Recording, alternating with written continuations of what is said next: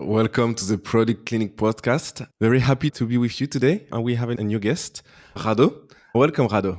Hi, Theo. I'm really pleased to be on this podcast today and share a bit of my experience with you. I'm looking forward to talk to you and to share a bit of your story, what you have done. You have done already many things in digital health, startup, corporate. You have done a bit of everything. Could you introduce yourself to our guest? Yeah, so my name is Rado Andriansmiavn. I've been in digital health and AI innovation space for more than 20 years. Back in the days when we didn't call that AI, but more computational methods. I've gone through the life, as you said, touched a bit on everything, but there was always a plan behind. I started at Philips, worked in medical imaging after my studies, and that was just because for me, medical imaging was already the first step of digitalization, and it carried already the that vision of objective measures. And obviously, it was not just on the medical imaging side, but also on the processing, and that's where computational methods and AI 25 years ago were already very powerful. And then I evolved with the technology, really from healthcare 1.0 with medical imaging to 2.0 with PACS and medical systems, healthcare information systems, and then moved in the cloud, and then went from prosumer solution for clinicians to consumer solutions, and then IoT, and now we're really in the edge of AI and everything connected, wearable. So that's a bit of my background where I evolved. And then, as I said, I applied all these technologies really to fulfill a mission in health, which is just really improving outcomes. That's all. That has always been my leitmotif, and that's where I really moved from Medtech to academia to startups to pharma consultancy, and now I'm also working with the Health AI, which is a global agency for responsible AI governance. That's in a nutshell. Super. And I think this is super interesting because you, with your experience, for the first time in the podcast, we talk a lot about product, building product, marketing, but you bring something else. You really have this 360 view, as you mentioned, with Health AI, where it's a bit more on the policy side. And what was super interesting when we have the first touch together is that I understood that you really understand about the ecosystem. And in digital health, this is quite key if we want to reach adoption to understand this ecosystem. And for that, you developed online a concept which is the 6P framework. Can you tell us a bit more about what means the 6P framework and how is it important to align all the stakeholders of the digital health ecosystem?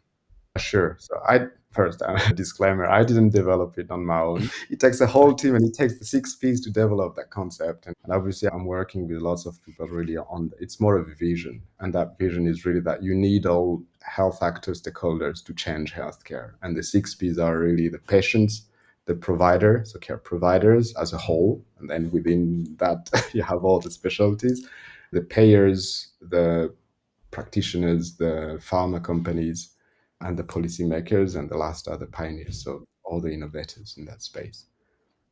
So yes, you cannot do it alone. An innovation doesn't stand a chance if you just like drop it. It's like a stone in the ocean. It's going to sink and that's it. So you really need the lever from all P's to make it sustainable and grow. And you mentioned that this is an old piece. Could you let us understand a bit what is the involvement of each piece in the ecosystem? So, when we always talk about digital health innovation, we talk about patient centricity. That's a big word most of the time. I don't think we always understand what it means because we develop something for the patient or we develop something with the patient. We develop something really with their needs at the heart. But at the end of the day, the patient, the first P, is central because all the way they need to be involved. And when things don't work, it's not because patients don't understand, but it's really about how they really own that innovation as well. And then the providers, they are most of the time your entry point to healthcare. So you always need to think about how to involve them as well, because care goes through providers. And the system today is built where we have clinical pathways. So you really need to work it out with the clinical pathways. You really need to cooperate with the providers. And then the pharma companies, Obviously, in that concept of care, they are the one who provide the medicine. So you really need to integrate with them. They are also the ones that really help you validate in clinical trials. So they need to be involved as well. You cannot just design, or we talk about digital therapeutics, but there is the therapeutics element. So we cannot discard the whole history of developing therapies. So you cannot discard pharma companies. And even if you take the perspective of pharma companies, they don't discard digital as well. They know that for the medicine to work, they need to embed more digital approach because digital enables them to capture more data to assess the efficacy of the drugs.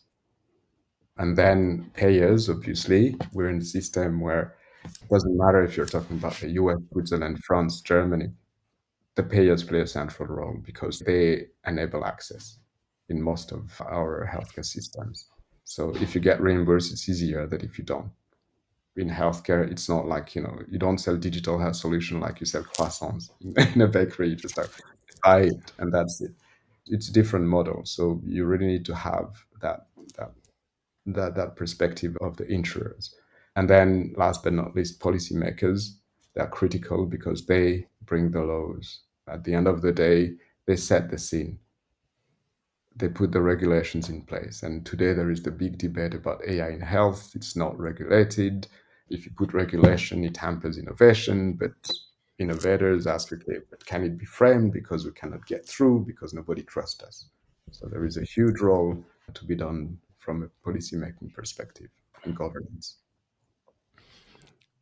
I think you mentioned something that is catching a bit my attention because you say AI in healthcare we struggle to get the trust, and this trust is brought by the policymaker.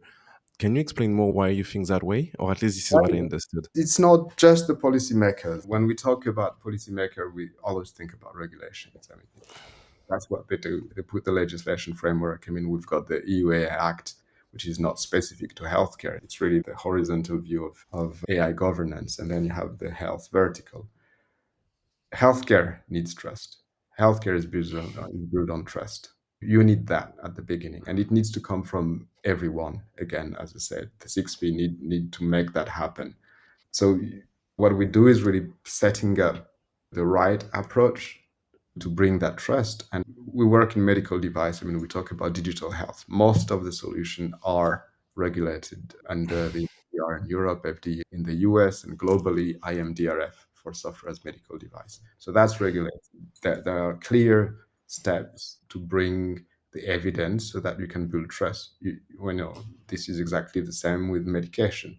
You go through clinical trials, you have all your documentation, you've proved that it's safe, that you know the side effects, and you know exactly when you buy your medication, you have a list of potential side effects. Doctors know it, you know it as a consumer. So that's the foundation. You can take your medicine because everything's been done to secure the fact that it's safe and it's effective. And digital needs to prove the same. And we are not just talking about medical device, but today AI is everywhere in healthcare. So it needs to lift up its own capacity to demonstrate that what it's doing is effective and it causes no harm.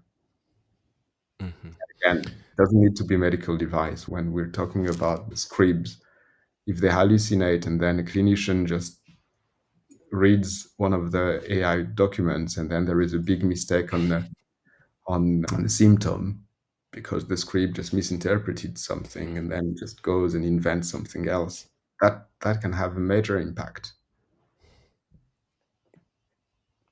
And among that, I think there is two things that we need to consider. One thing is really, as you mentioned, we want to bring those innovation to life. Then we want to keep this trust. But what we see is that we need this policymaker. We need to involve the payer. With your experience, what do you recommend? Do you recommend that teams should focus really on speed to bring innovation, like we do in tech, for instance, where we all know that the velocity is very important to ship regularly? Or is it more important to take a step back, be fast, yes, but also think about the system adoption? Always consider all different aspects first before we reach the patient. What's your take on that? We need to balance both. I mean, Innovation is great because you really have the capacity to disrupt something, but you you don't disrupt for the sake of disruption. And in healthcare, if you come to disrupt, you own all the steps for the change management that is required for adoption. So it's your responsibility if you say, I'm bringing an innovation that will really disrupt the entire healthcare market, own that change management, own the training of people, own the education of people. And you need to embed that, again, we don't do software for the sake of software in medicine.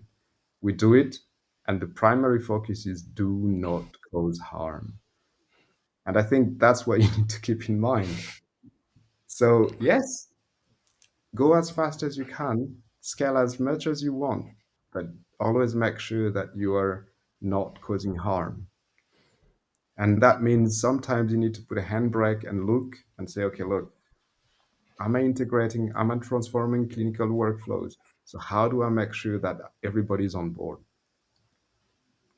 That's why you really need to consider everyone. It's not just patient centricity, I'm doing everything for the patient, but what about the people who don't have a mobile app?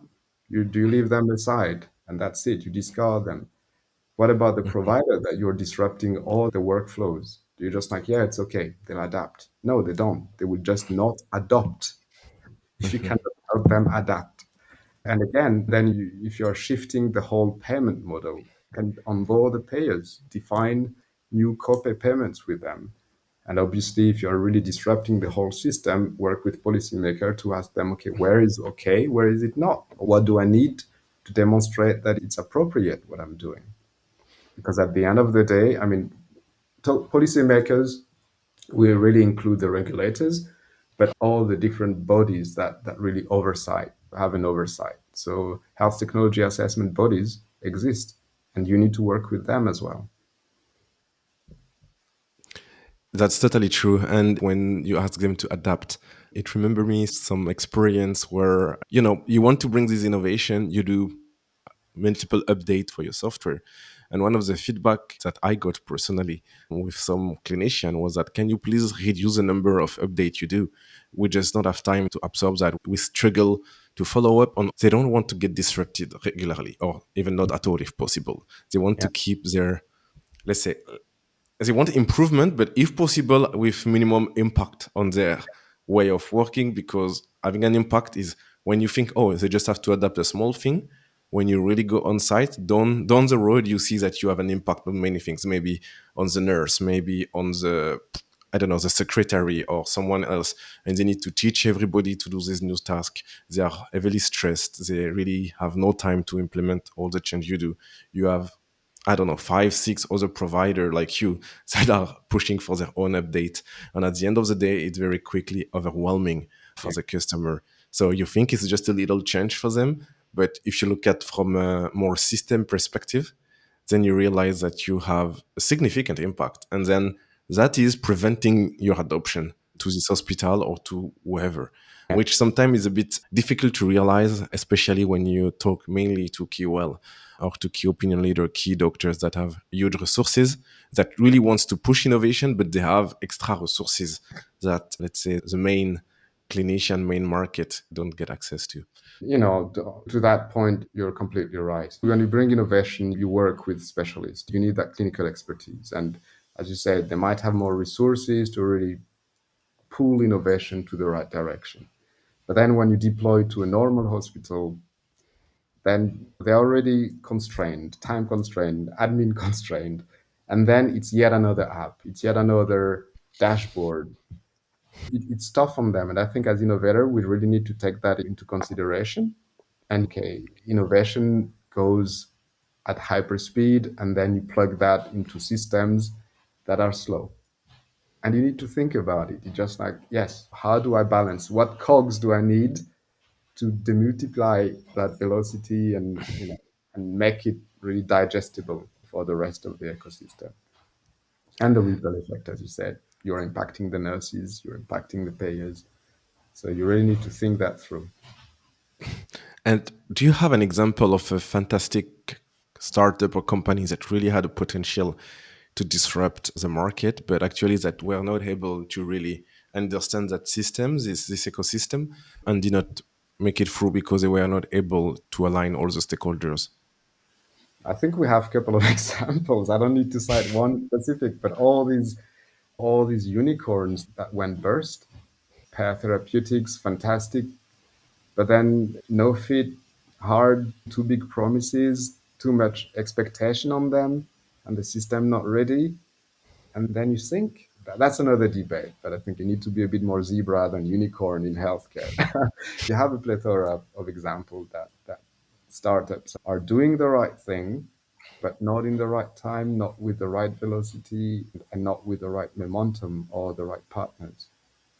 Babylon is another one where the dismantle. I can give you tons of examples of great ideas who just sank into failure, not because it was not great, but just because the timing and the change management was not appropriate.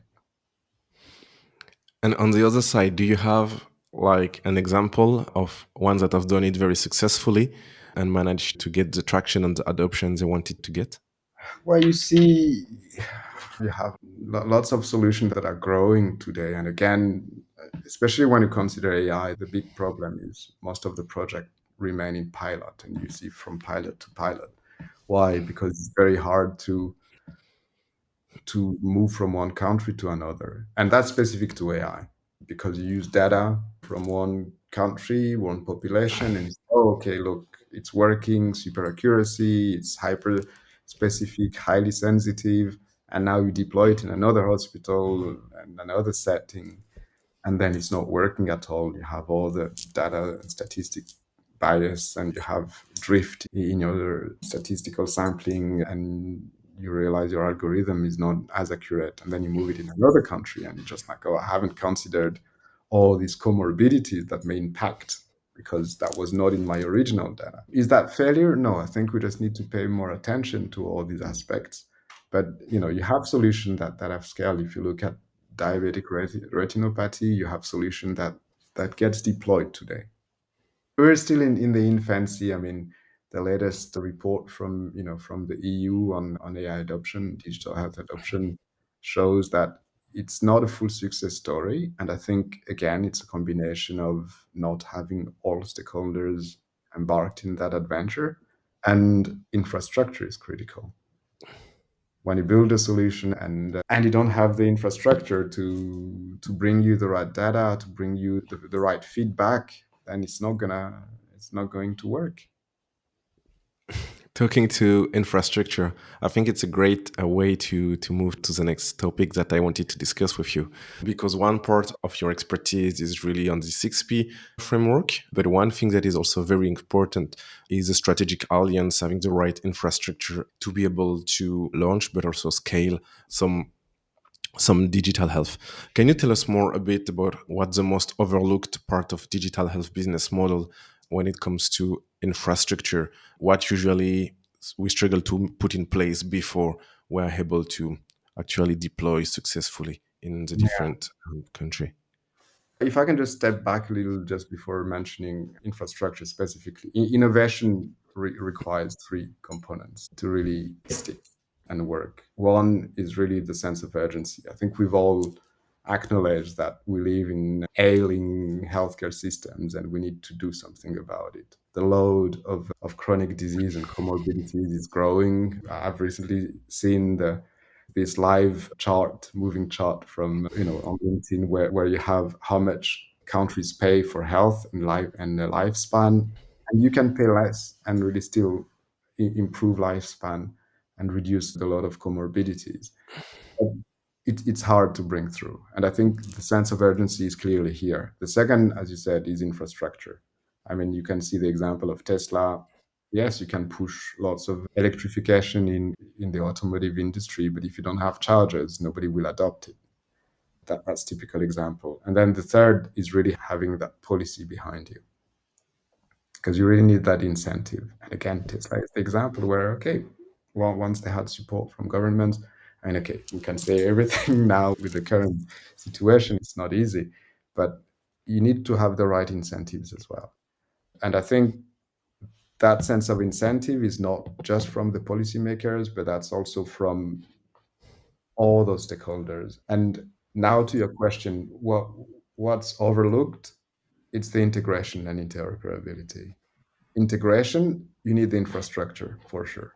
Readiness. You bring your new technology, you want to bring remote patient monitoring to improve the work in a hospital so that they can have more outpatient management, better outpatient management. But if they don't have the infrastructure to bring that data back, transform that data into insights, it's not going to work. And integration, it's also about clinical workflow. I mentioned that already before. So you really need to map it, and you really need to either integrate to what exists or you upscale it. But again, either way, you need training because you're bringing something new. And as I said again, you need to bring that change management with the innovation.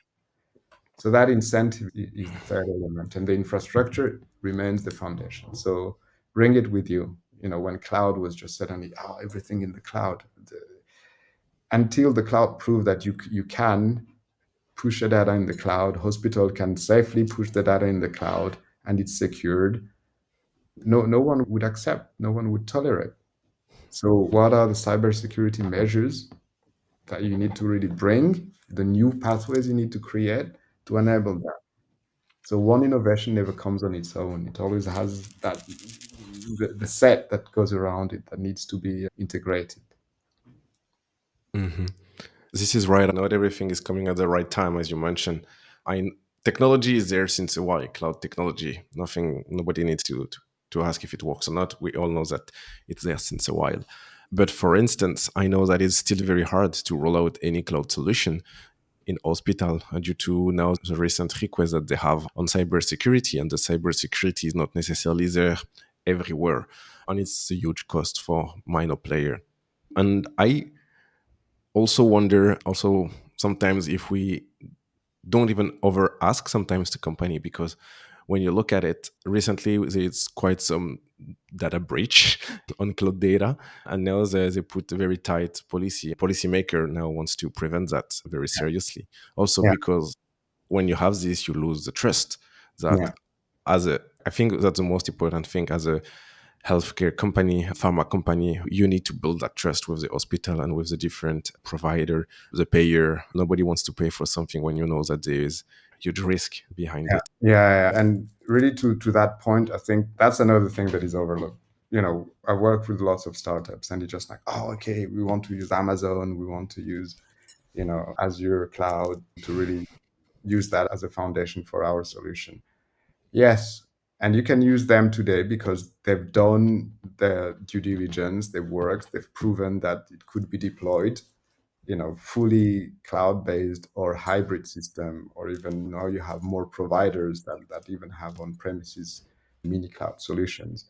But they've done the job, and you as an innovator, you need to do your job on assessing your third-party partner you work with. Anything you take off the shelf, and this is for AI solutions. You want to use ChatGPT because you want to create your next chatbot. You cannot just take it and then say, okay, look, now I have a medical device and a medical device if you don't assess that. This is part of being responsible. And I think Mhm. this is where failure might happen because you use something in your innovation, you take it from somewhere, and you don't have the control measures of that thing. And I think that's quite critical. And that's where you have cybersecurity breaches because you didn't secure that thing that you are using that becomes part of your component and of your solution. So I think innovators really need to think, I want to use that piece of technology, I want to integrate it, I want to create my solution around that. Make your due diligence on that thing. And if it's not completely secured, ask them to do it because, and again, you need to bring that trust. You need to bring the evidence that your solution is safe and secure. And I think that's really a part today where it just, again, partnership is critical and partnering with your supplier is critical because they need to understand what is the level of security that you need, of safety that they need to demonstrate. We see a lot of progress recently also on security and also on stack just for healthcare from Amazon of Microsoft Azure. There's also for me a huge part of the co-creation of solution or development that happen within the ecosystem of healthcare, being like startup or being also bigger pharma or medtech company. How do you see those partnership between a big pharma and a startup helping to de-risk systemic failures? Because we see that more and more. The big company try to use the startup to support them in their innovation. Well, it's quite central, and again, you need to think of what's the core business of one company and what's the core offering of another company, and how the one plus one makes three rather than makes two. And if you think about pharma partnering with startup, digital is not the core of a pharma company. Pharma company's core is really molecules and really bringing innovative medicine to the world. And they understand that, okay, digital has this huge potential of really bringing that additional evidence on the efficacy or accelerating the trial. But it's if suddenly they need to rewrite the entire quality management system from molecules to digital solution, it's going to take them forever. It's not going to work. Usually they work with IT systems that are very built for resilience, and then you're asking them to suddenly have hyper velocity for solutions that need to evolve rapidly, then that's when the partnership starts to really make sense, because they it's better for them to focus on what they're good at and really ask the complement from a startup, from a small company that can provide that expertise. But again, at the end of the day, it's not just one and one, because you still have the providers, because you always bring that into a clinic setting, into a hospital setting, into a clinical trial setting. So they need to be part of the equation as well. So this sense, it's always a work of, okay, look, I need to look through my five Ps or the six Ps. And you cannot have all of them engaged at the same time, because then it becomes super slow. But you need to pick which one help you at the beginning and then grow it. In your scaling strategy, you need to say, okay, which P do I need to include now? You mentioned you don't involve them all together at the same times. How do you make sure that they are all aligned in the right timing? Because if you involve the payer, the partner, the provider, and the hospital at different moments, how do you manage that complexity? You build it. I think again that if you look at the product life cycle, you say, "Yeah, I've got my concept."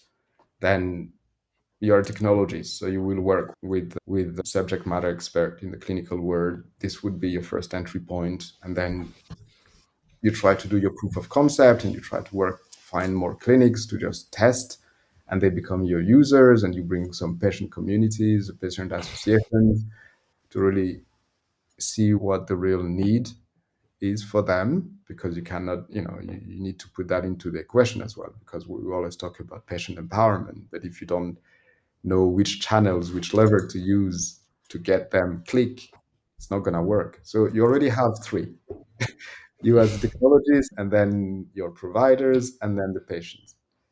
And again, early on, you need to think, okay, this is my business model. I'll have market authorization. So at some point in your early stage journey, you will talk to quality management. You will reach out to here, for instance, Swissmedic, to have advice on, is my solution a medical device or not. That's already an early stage engagement with them. As I said, that would be patient authorization, but then you need patient market authorization, and now you need to think about market access. So again, at early stage, you can already start to engage with advisors on insurance and how it's working. So again, your job is really, okay, find where you could be blocked, and then who are the right people to just put on that path. And then you will eventually, you do your proof of concept, and then your concept is consolidated. You start to have really your backlog for your innovation, and you go find your pathway toward your minimum viable product. At that stage, you think about, okay, how do I pilot? and the right partners. And again, you have a solution and you try to figure out, can this work with a therapeutical process? So who is there? Not just the provider, but in terms of the pharma. Can it be really a complement to a medicine or a range of medicine? How do you pilot that? Then that's when you really put into that piloting phase. And again, you don't want 20,000 pilots. You really need to be like, okay, this is what I want to demonstrate. That's what I want to pilot. And if it works, then build, consolidate. If it doesn't work, learn fast, very fast, basically. Just move on, learn, take your learnings and just move. But always have those peas in your head when don't do it alone. It's not, you can't. It's not worth it. Yeah, it's not worth Not it. gonna work. Yeah. Thanks a lot. And I think we talk a lot about infrastructure, strategic alliance, but also the piece. And I would like to now come back a bit to your first love, the imaging world. This is where you started.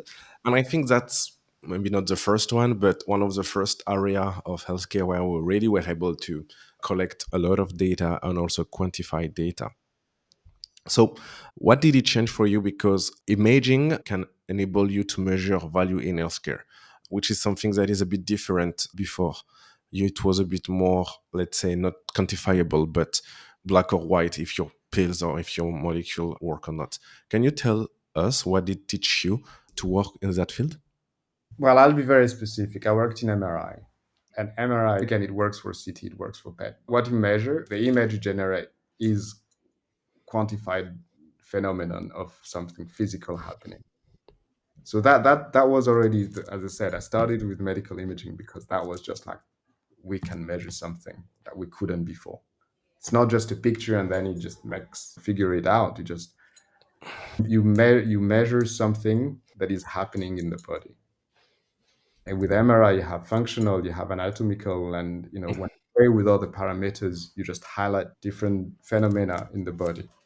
And I think that was the first step. And then you interpret that, you put that through computational methods, and you can use mathematics to really derive another measure out of that. Ultrasound, you measure velocity. In MRI, you measure velocity. We tried to measure acceleration back in the days.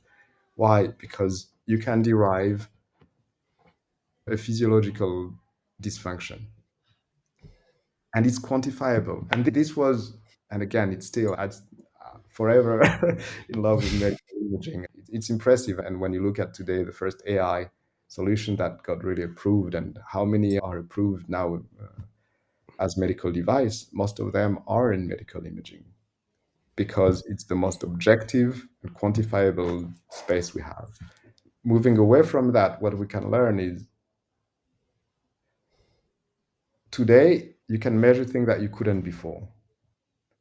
And because you can measure it, then you can improve things. And I think, again, it's just an example in medical imaging, tumor size, tumor volume, and if it's reducing, and you see it, you can really quantify that. Functional imaging, you just see, okay, look, do I have oxygenation? And then you put a drug treatment, and then you just like the tumor died because there is no vascularization, no oxygenation in that area anymore. So that's not just left for interpretation. There is really a number behind, and you can make sense as long as you have the clinical association. That's critical. That's the definition of what we do in healthcare. The first element is, do I have a clinical association? I have a measure. Can I link it to physiology or to a mechanistic phenomenon in the body? So that's the first element that you need to prove. But medical imaging was just there, and it was directly linked to physiology or properties of the tissues. Today, we talk a lot about remote patient monitoring. You have lots of sensors, and I think that's the second best from medical imaging that we can get. Again, blood pressure, there is a big debate about it because we use proxy measures of blood pressure, and it's okay if you're at rest. And I have Oura Ring, it doesn't do blood pressure, but you have other tools. Most of the smartwatches now can have a proxy of your blood pressure and trends. But if you start running and it measures something, is it still blood pressure? Is it still accurate? That's where we have the debate. Fundamentally, remote patient monitoring, you have lots of tools that measure vitals in a pretty accurate way. And I think that's the next wave. You can use that and really plug AI on top of it to bring the insight that we need. And I think that's really taken to the other P's worth introducing, and that's the P's of medicine, the 5 P's of medicine. So we had 6 P's of healthcare with the stakeholders, and now it's the 5 P's of medicine, which is personalized, preventive, predictive, participative, and population based. And today, with all the data that we capture, I think we can bring that concept of the five P's closer. I think it's keeping in mind the 5P is very important. And also, you mentioned smartwatch. I think it's also very important to know that some of smartwatch, and I'm thinking of mine right now, like my Garmin here, it's a smartwatch, can compute it very well. However, it's not a medical device. And this is where the 5Ps topic up is very important because we not we all know, but some people know that it's using green light instead of infrared to measure the heartbeat, and that's already providing bias to any entry point that you use. If you want to measure your heartbeat for black people, it's not going to be as accurate as for white people. But that's also why it's not a medical device. And just want to mention that because in the previous talk I had with Antonina, one expert in AI acts, she was mentioning on how you can bring bias sometimes in your algorithm Yeah, without even knowing. And then you measure things that are wrong because the data input are wrong. And I think it's also, we are talking about health tech in this podcast. So sometimes it's even products that are for health but are not fully validated as a medical product. And this is also what you see the difference. If you want to do sport, it's not as critical to have an error in your heartbeat measurement. It's okay. It's not going to kill anybody. If you do it for medical diagnosis, then you need to have the right data and then the right algorithms that are validated. And yeah, that's why the whole ecosystem, the right, making sure that we measure the right thing the right way and we don't introduce bias all along the path. I just thought of that when you mentioned that you need to measure the right thing and stay within this ecosystem. I was just thinking about my heartbeat because I know that if I'm cycling, it's not working for me. If I'm yes, running, it's okay, but cycling doesn't work. yeah, I know that my heartbeat is not the one that is written in the monitor. yeah. No, but that's exactly that's why we have the medical device regulations, because if the intended purpose is yes, I just want to have a rough ID, I just do it from my own knowledge and just like it's nice, it's okay. But if you want to monitor somebody's life, you need to have that accuracy and you need to demonstrate that you have the right tool for the right measure. Today we can measure lots of things, but don't want to measure whatever. You need to really figure out, okay, does it measure the right thing, and does it bring the right clinical association? And then you take the next steps. And I think this is staying in that topic. I think this is, I don't remember if it's the Oura ring or it's the bracelet. Oh, I don't remember the name. That is currently having this dispute with FDA regarding It's accuracy. yes. About the claim, and again, you use PPG for blood pressure, and in the clinic word, blood pressure is already a medical measure. Not like Mhm. heart. Well, and again, that's a big debate. We don't need to get There is there. debate. But where it's still important, it's about your claim. If you innovate in the space and you say, oh, we do this and we do that, and you don't have evidence of your claim, then that's where the trust fades. And that's where the And regulators just like, okay, look, make whatever claim, but show us the evidence. no, that's very important to control your claim, as you mentioned. I think it's a way also sometimes to try innovation. If you don't claim that it works, it can be tested sometimes. But as soon as you claim, you need to have to back this up with clinical Yeah, evidence. At yeah. least if you want to in the space of the medical device, I think there is no discussion there.